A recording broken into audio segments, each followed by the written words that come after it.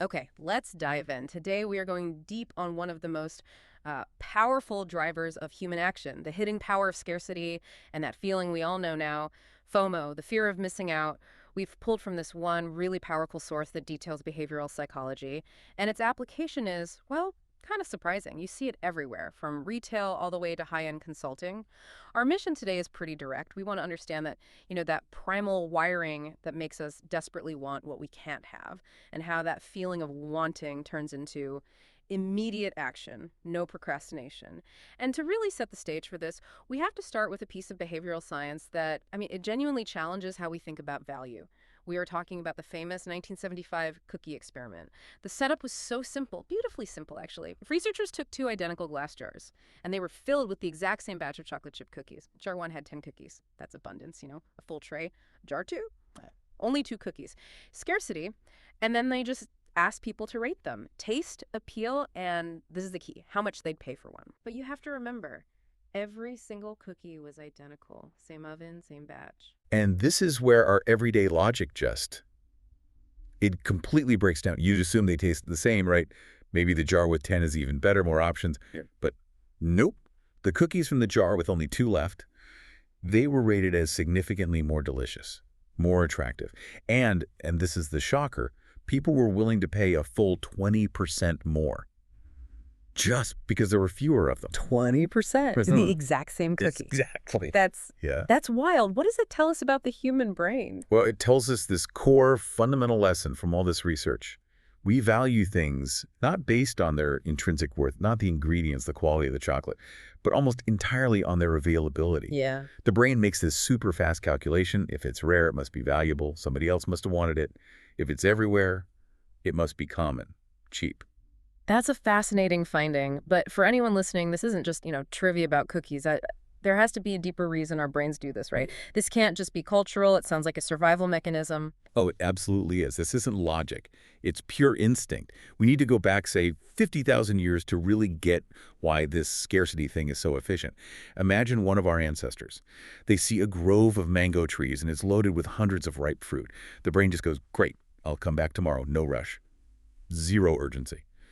But if that same ancestor spots a single berry bush with only one piece of fruit left on it, the brain's survival software just screams, grab it now, someone else will get it and you'll starve. So that one piece of fruit, even with the same calories as any of the mangoes, is suddenly valued higher because the cost of not acting is, well, survival. Precisely.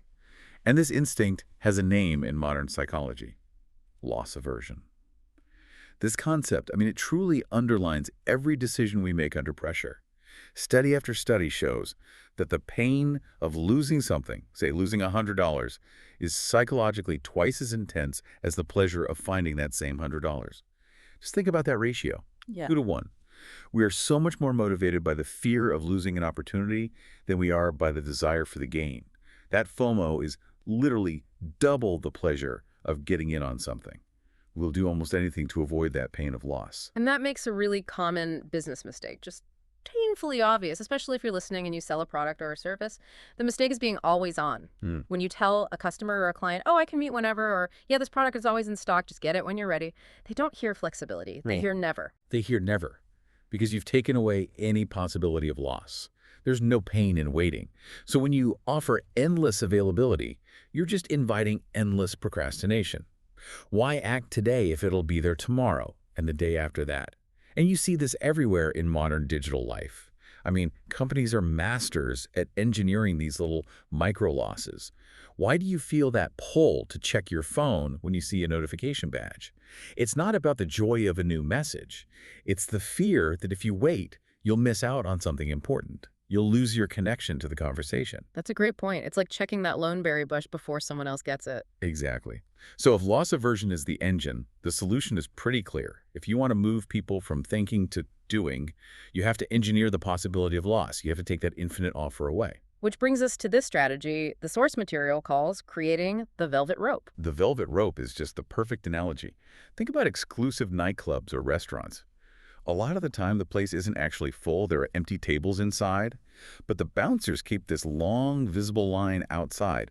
And this does two things. One, it's social proof, right? Look how many people want in. Yeah. But mostly it creates this intense, visible scarcity. The people who get in feel special, privileged, and the people outside feel this growing anxiety, like, I have to get in before they shut the door. Okay, but wait, isn't that a bit of a catch-22? If Yeah. I'm, say, a small business or a solo consultant, how can I create a velvet rope without a huge audience to begin with? I can't fake scarcity, but I don't have enough demand to create real scarcity yet. That is the essential question. And this is where the source makes a great point. Scarcity isn't about having a giant line of people. It's about defining your offer by its limits. For a small business, it's about design and focus. Instead of, I'm open for clients forever, you structure it differently. I'm dedicating my time to 4 new clients this quarter. That is real scarcity. It forces you to be focused, and it tells the prospect that the window closes and it won't open again for months. That limitation is totally real and ethical. And that brings us right to the ethics of this. The source is very, very clear. This is a powerful tool, and you have to use it with integrity. Absolutely, we have to stress this. If you get this wrong, if you fake it, if you say only 5 spots left, and then 2 weeks later you magically have 5 more spots, you just destroy your credibility. The second people realize the countdown timer just resets, it's over. You're seen as manipulative, and it will never work on them again. So with that in mind, let's look at the 2 ethical ways to create this limitation. The first one is quantity scarcity. This is when the supply is actually limited, logistically, physically. Whether it's a high-end coaching program where you really can only handle 5 people, or you're selling a physical book and we only printed 100 signed copies. The limit is tangible. And you don't even have to look at high-end stuff. The most common example is probably that little line of red text on Amazon. Oh, I know exactly which one. Only 3 left in stock. Order soon. I click buy every time. Even if I was just browsing a minute ago, I feel this anxious twinge. It's almost embarrassing how well it works, even when I know exactly what they're doing. That's the fear of loss hitting you square in the chest. Your decision isn't about needing a new cable anymore. It's driven by the terror that if you wait, you'll lose the chance to get it today, or maybe even for a week. Quantity scarcity, when it's real, is just a perfect trigger for loss aversion. So moving from quantity to time, we get to the second type. This one is the cornerstone of so many businesses. Time scarcity, the deadline. Yep. This is all about the countdown timer. If you're selling something, you have to close the launch. You can't just leave it open forever. The closure is where the power is. And the sales data on this is just staggering. It confirms the power of the deadline every single time. The vast majority of sales, often over 50%, come in the last 24 hours of a launch. People will wait for weeks, and then when that clock starts ticking down to 0, they rush in. And the why behind that is just a perfect illustration of loss aversion. The deadline forces a decision. Before the deadline, the question is, do I want to spend this money? But in those final hours, the question flips. It becomes, can I afford to lose access to this forever? Right. And when the pain of missing out becomes greater than the pain of spending the money, Yeah. that's it. The sale is made. The deadline takes away that option to just put it off forever. It creates a required finality. We hate making decisions, but we hate losing our options even more. The deadline turns the option into a constraint, and our brain immediately wants to get that lost freedom back. Okay, so we've covered the basics. The cookie study, loss aversion, the 2 types of scarcity. Let's get into the advanced concept now, because this is where it gets really interesting for anyone listening. The psychology of reactance. Reactance is that gut reaction we have when a freedom is restricted, or even when we just think it's being restricted. When a person feels their ability to choose is limited, they will instinctively fight to get that freedom back, sometimes irrationally. The classic example is always the teenager, right? Yes. Tell a teenager they can't date someone, and what happens? They're suddenly madly in love with them. Exactly. That forbidden choice becomes the most important thing in the world. The brain gets obsessed with getting that restricted option back. And I can see how if you use this correctly in, say, a professional setting, it just flips the entire dynamic. Let's apply it directly. Say you're talking to a client about a high-end program. Instead of selling it hard, you use scarcity to pause. You say something like, I'm not sure if you're a good fit for this yet. I need to review your application first. The second you restrict their access, their freedom to just buy it, you trigger reactance. The whole dynamic flips on a dime. A moment ago, they were in the driver's seat, analyzing you. Is this person qualified? Is this worth the money? But by taking that decision away, they feel that restriction, and suddenly they stop analyzing you, and they start trying to prove themselves to you. Yeah, let's break that down for everyone listening. Step 1. The client inquires. They assume they have the freedom to buy. Hmm. Step 2, you restrict that freedom. I'm not sure you're a fit. Hmm. Step 3, they feel loss aversion and reactance. They're afraid of losing the opportunity, and they fight that restriction. Hmm. And step 4, their internal monologue shifts from, why should I buy this, to, I have to prove I deserve this. They literally sell themselves on it. That's incredibly powerful. They move from being a passive evaluator to an active justifier. They're investing their own mental energy into why they should work with you. Which brings us to the practical challenge for you, for anyone listening. If your offer right now is just perpetually open, you're an infinite resource.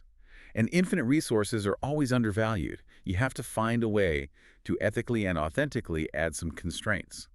So, what are some concrete actions you can take? Starting today, look at your own offers. Where can you manufacture scarcity that's genuine? For example, can you add a really valuable bonus, maybe a one-on-one call or a toolkit that actually disappears on Friday at midnight, and you have to stick to it? Can you limit the number of new clients you take on this month to, say, 4? Or think about the vault concept for digital content. If you have an archive of material, can you create a policy where old content gets removed after a certain time? It forces people to engage with it now. Why does that vault idea work so well? Because it forces commitment. If I know a webinar will be online for a year, I will never watch it. But if I know it's going into the vault on October 31st, I will make time today. Because the pain of losing that potential knowledge is now greater than the cost of just spending an hour watching it. You turn a passive option into an active priority. It all comes back to that cookie study, doesn't it? Control availability, control value. Scarcity is the single greatest creator of perceived value. And the source uses the perfect final analogy for this. Diamonds. Chemically, they're just compressed carbon. They're not actually that rare. Their incredible value is created because organizations like De Beers have strategically controlled the supply for decades. They manufactured the scarcity, and so they manufacture the value. Be the diamond, not the rock. Control your availability, and you control your value. So what's the big takeaway here? We covered the cookie study, which shows availability dictates value. We learned it all works because of loss aversion. The pain of losing is twice the pleasure of gaining. And that's why you need deadlines and real limitations. We've really dug into how scarcity drives urgency through that fear of loss. But urgency isn't the only thing you need. If scarcity is the lever, what's the weight that gives you the credibility to even pull that lever in the first place? Our source material points to a critical next step. Next time, we're going to dive into authority and the white coat effect, how people will listen to you without question, just based on perceived status. And that raises a really important question for you to think about this week. How do you ethically combine the instant urgency of scarcity with undisputed authority? What combination of those two forces creates truly unstoppable momentum? Something to think about as you start looking for places to create a little ethical scarcity in your own world. We'll see you next time.